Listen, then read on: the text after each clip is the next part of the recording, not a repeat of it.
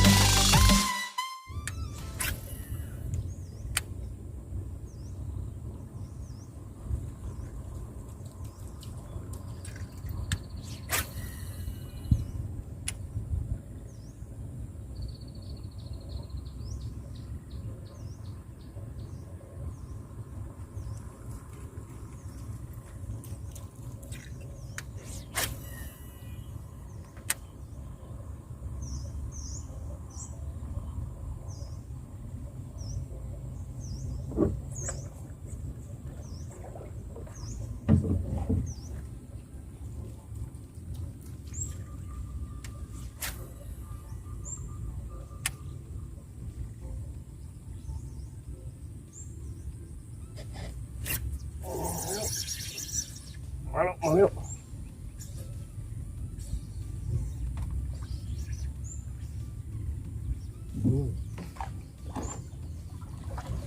มาแล้วขาโตเดี๋ยว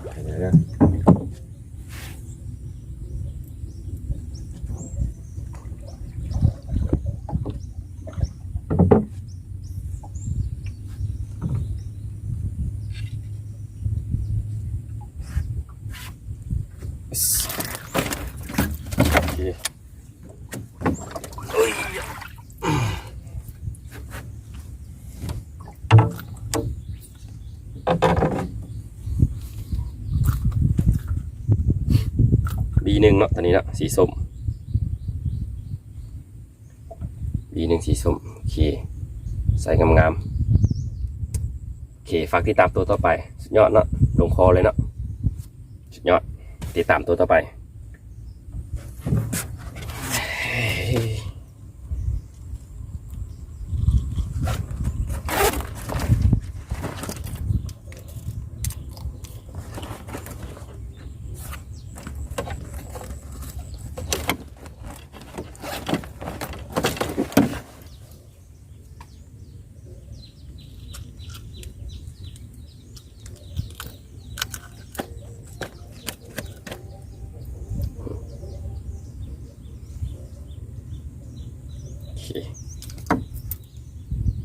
B1เนาะอันนี้เนาะ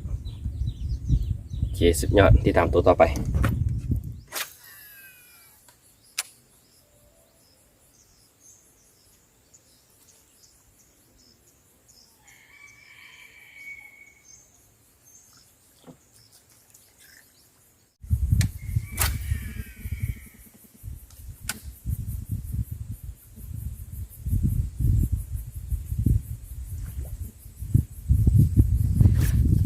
แล้ว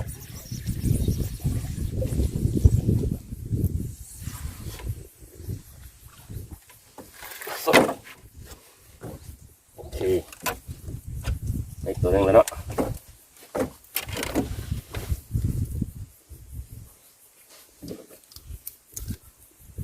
B2เข้าเต็มๆเลยนะโอเคหลอด B2โอเคฝากผลงานหน่อยเด้อติดตามตัวต่อไปเนาะโอเควันนี้ถือว่าได้มาหลายตัวเติบแล้วเนาะวันนี้เนาะผลงาน B2 สีบัวเด้อตัวนี้เด้อ B2 สีบัว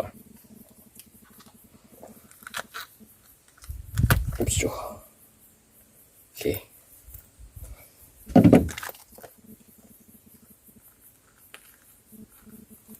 ยางตลอดตอนนี้ B2 สีบัวเนาะ B2 สีบัวปลาไซส์งามๆโอเคติดตามตัวต่อไปเนาะ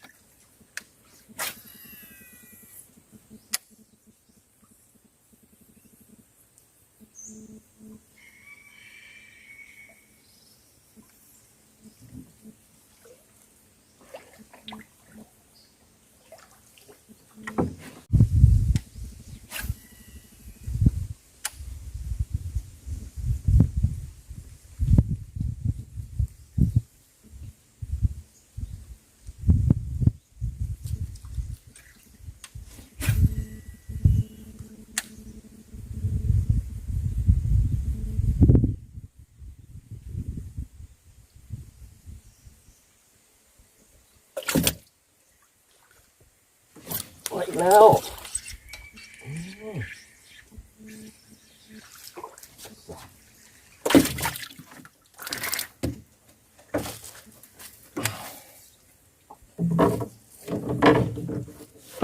ปีสองสีบัวแล้วมาอีกแล้วตัวหนึ่งโอเค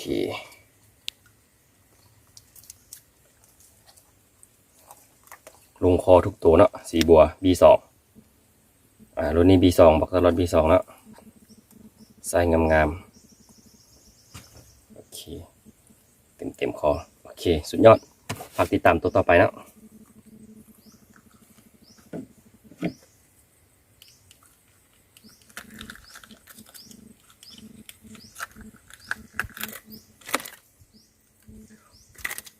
การปลดปลาคอเขาต้องได้ใส่กิปเปอร์กับครีมเนาะถ้าบริเวณนั้นมือจีกแน่นอนเพราะเขี้ยวมันจะคมหลาย